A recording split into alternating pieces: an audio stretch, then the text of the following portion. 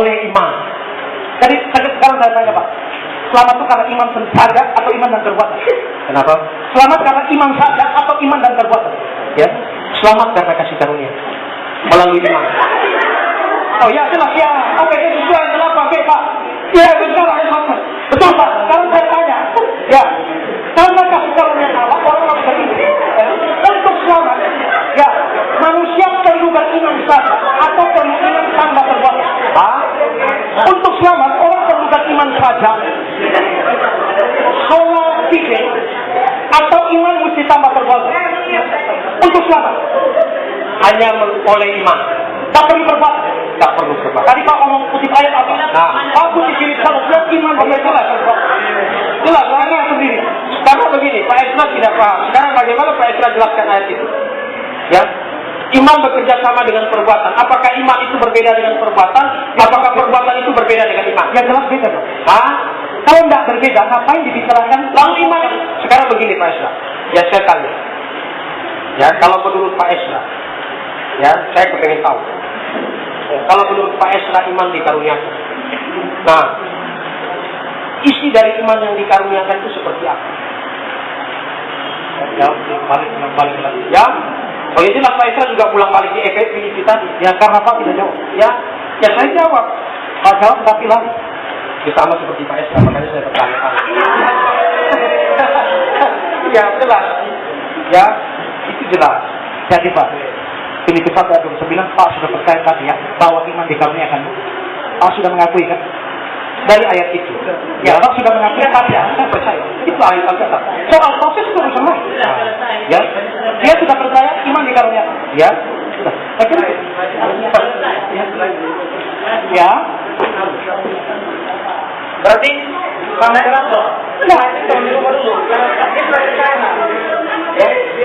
Dia percaya iman dikaruniakan. Lalu sekarang pertanyaan kedua profesional begini Pak Esra, dikaruniakan iman.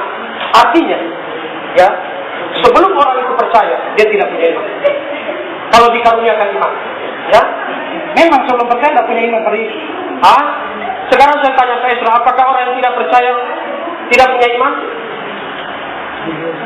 Sekarang ada dua Sebentar, ya, lihat slide. Bukan dikaruniakan iman. Jadi bukan berarti orang tadinya orang tersebut tidak punya iman, ya, lalu langsung Allah letakkan imannya di situ. Oleh sebab itu saya mau bertanya kepada Pak Esra. Silakan. Ya, audiens secara tenang. Karena saya tahu sini mayoritas orang Katolik. Ya, jelas. Ya, yang berdiri di sini tokohnya mereka, jadi ya pasti suaranya vokal ke mereka.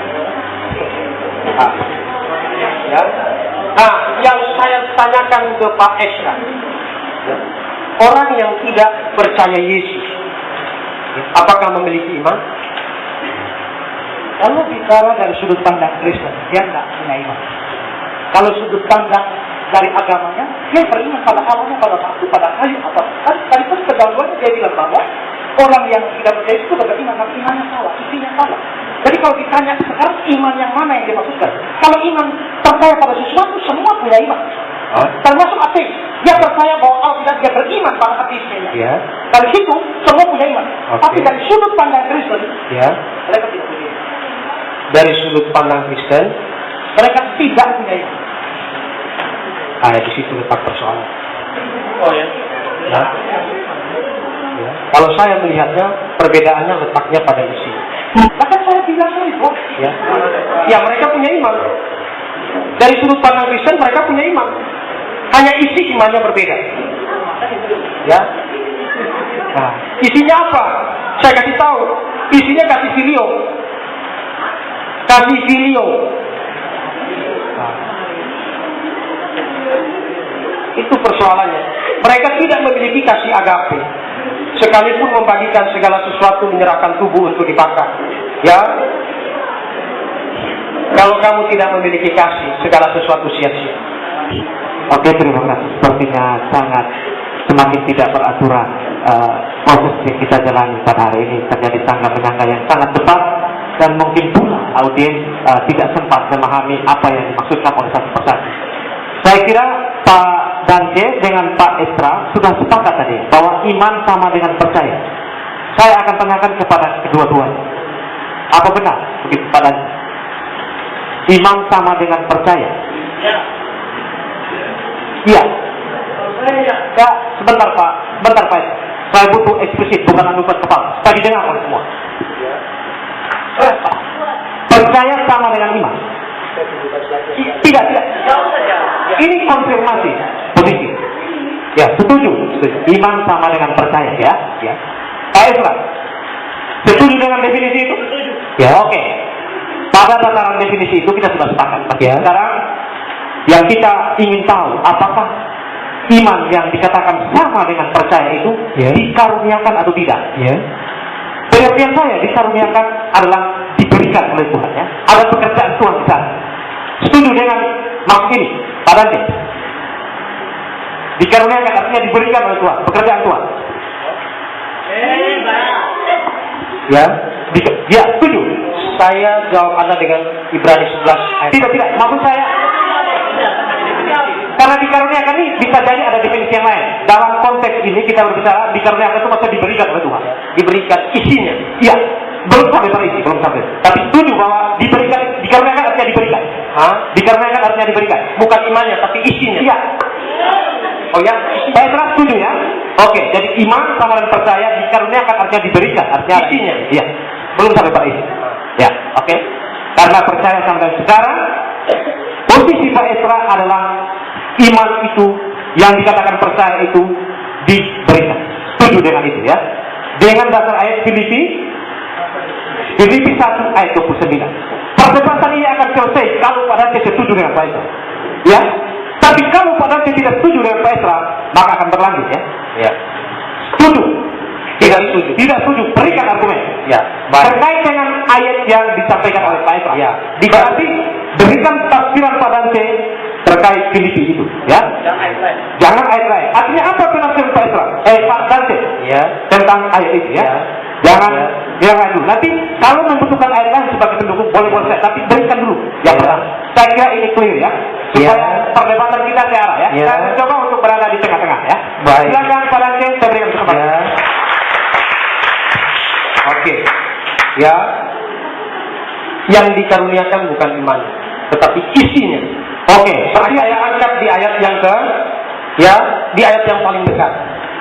Ya, ayat 28. Ya, isi. Jadi sebelum orang itu percaya, kan minta saya argumentasi. Sebelum orang itu percaya, iman sama dengan percaya. Iman sama dengan percaya. Iman sama dengan percaya. Isi yang dimaksud itu apa? Isinya. Isi yang dimaksud itu apa? Nah, isi yang dimaksud itu ya paket komposisi iman. Ya, yang seperti apa? Ya, pengetahuan, ya, perasaan dan tindakan. Itu tidak dikaruniakan. Ya, pengetahuan itu respon manusia. Tidak dikaruniakan. Tidak diberikan oleh Tuhan. Tidak. Jadi pengetahuan tidak diberikan oleh Tuhan. Pengetahuan respon manusia terhadap Injil. Itu bukan berasal dari Tuhan. Itu bukan berasal dari Tuhan. Menurut Pak Dante ini klarifikasi posisi. Apakah pengetahuan, rasa dan kehendak itu berasal dari Tuhan atau tidak? Pengetahuan dari manusia. Manusia mengetahui, pengetahuannya pengetahuan Tuhan, tetapi manusia. Oke. Sama seperti ini posisi Pak Dante adalah berasal dari manusia itu sendiri ya, di luar campur tangan Tuhan. Apa dasar kita sucinya?